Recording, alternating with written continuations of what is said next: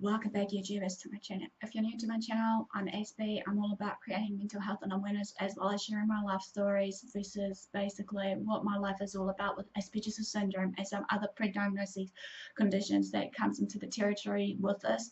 I also share some tips and advice along the way with some mental health disorders that I share, as well as just anything that's health related, shall we say. I bring out as best as I can based on my experiences and know how with the tips and advice at hand on how I manage to do with my everyday things that can come into play in the territory of my videos.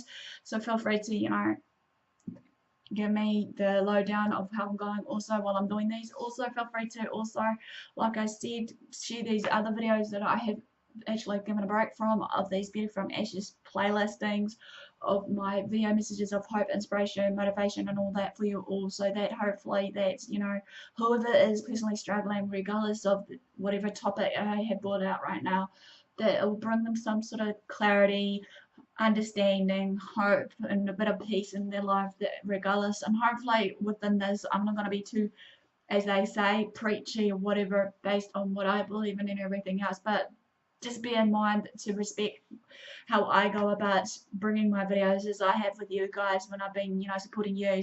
So for the ones that has been of support to me so far on my channel, thank you for that. And, just to be considerate and whatnot. I know sometimes many people may think, that it's good to just, tear people down regardless.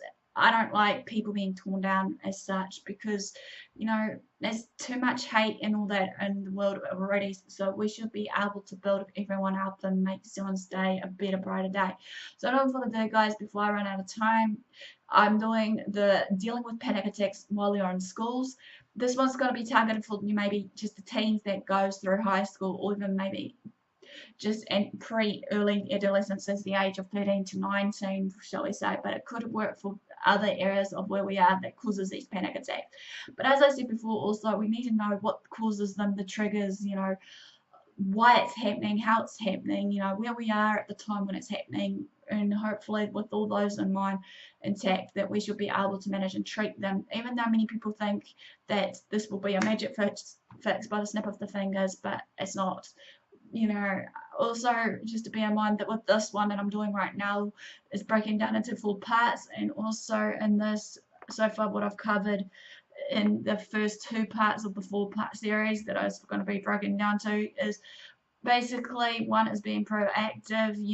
What it means is I'll let the teachers beforehand in the part 1, mapping out the plans to, knowing when to actually let your teacher know, giving them that cue, decide when to go when the panic strikes, having medications available if necessary. And then this one is getting through an attack, which was part 2, which just was previously, which obviously get to the agreed upon agreed location upon yourself.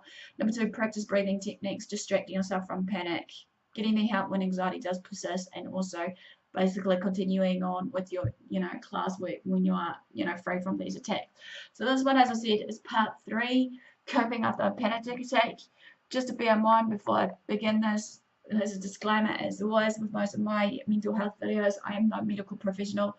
I'm just my normal self, sharing my life stories and experiences with what I go through, and hopefully with these tips, tricks and advice along the way of how I manage these will be of value and use to you. If you see any classic signs and symptoms, regardless of the everyday topics I share, be it mental health versus any other health, videos that I share, seek professional help for yourself or for your loved one, as well as seeking medical advice and, advice basically for yourself or your loved one. Because, like I said in every video, I don't forever condone, self-harm or anything. I prefer people to be happy and actually free from the hurt. And also, just to bear in mind, also that, if you are enjoying these videos, feel free to share these videos along, because I feel that some of these videos need to be raised as an awareness, as well as just helping us to grow and learn from each other, regardless what it may be, especially these Beauty from Ashes videos. Share them along to family, friends, whoever, as resources to learn from each other, and hopefully, we can, not prejudge. So let's begin this before I run out of time. So coping up the panic attack, part 3. Number 1, and this is maybe communicate to your teachers and parents.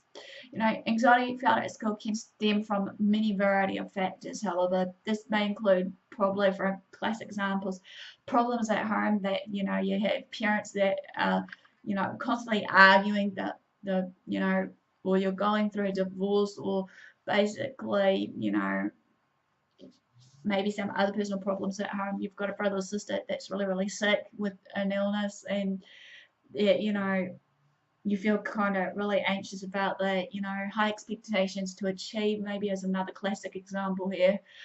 Or another one is you maybe having friendship issues, relationship issues, trouble concentrating or focusing in the classroom environment.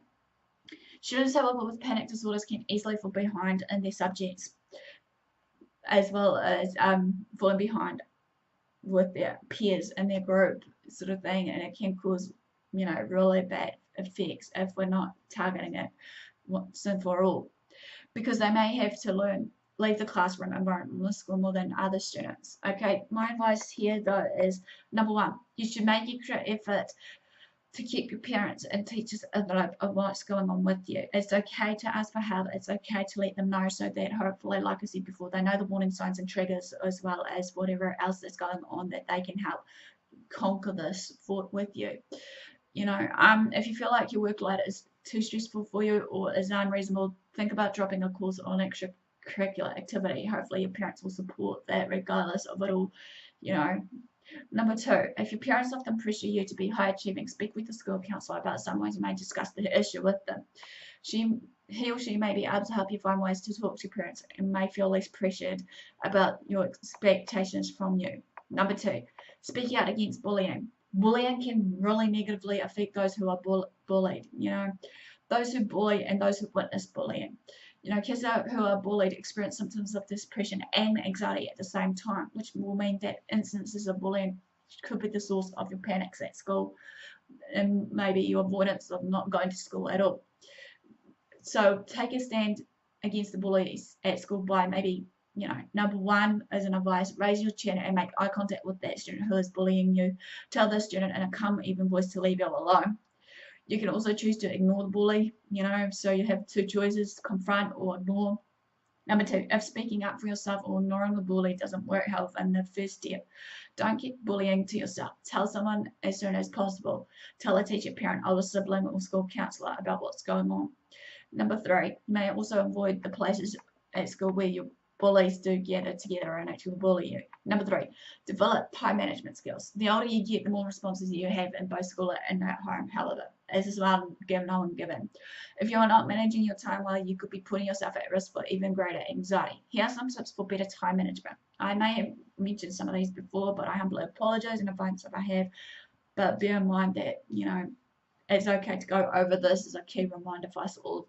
So number one, break bigger projects down into smaller tasks, like dividing a book report down to reading the book and taking down the notes, then writing an outline. Write the first draft, then edit it, proofread and for the final drafting. Number two, make a list of what you need to get done and cross it off as you go. Make a to-do list. It's what I'm meaning here. Number three, decide how much time you need to complete a task. Set a timer and move on to a newer task once the time has elapsed. Also, be sure to take breaks, though, however, also, so that, you know, within this, that you can create balance and harmony within yourself. Last but not least, number four, access your weekly schedule to see if you have a balance between school, extracurriculars, and homework that makes sense to you. Number four, make lifestyle changes. You may not see the connection here, however, but your lifestyle habits do and can influence your anxiety. Making some small changes along the way and the way you live can help you to reduce the anxiety and live an overall healthier life. Lifestyle changes that may help prevent or minimize panic attacks may include basically of the following. Number one, exercise. Engage in regular activity to elevate your mood, such as walking, yoga, boxing, or any activity that gets your body moving. Number two, diet. Eat a healthy, balanced diet of vegetables, fruits, lean protein, whole grains, and low-fat dairy. Avoid caffeine and alcohol as they may worsen your symptoms of anxiety. Number three, sleep. On average, we need to sleep between 7 to 9 hours a day each night. Shut off any electronic devices, you know, at least an hour before bed and try to get sleep and wake up around the same time each day. Number four, stress management. Find some activities that are relaxing for you to help you combat stress and anxiety before they lead to that panic. Call a friend, take a warm bath, go for a run, or walk your dog around the block. Number five, Check in with the school counsellor for support.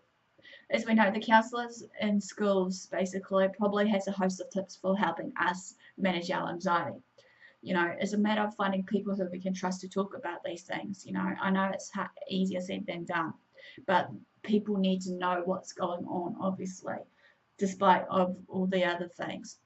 Check in with you. Check in with him or her regularly, however, if only for a brief chat or update. Teachers or other students may not have a good understanding of what you are experiencing, but a counsellor may be a great source of support while they're in school, however.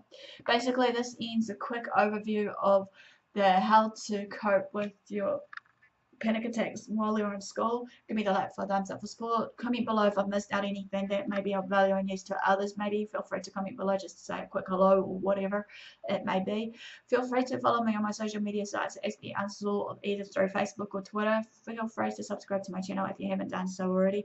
Feel free to also share these videos to family and friends so that we can create an awareness, understanding, clarity between us. So in all for the do, guys, thanks for the support, thanks for watching. Do what you love what you do.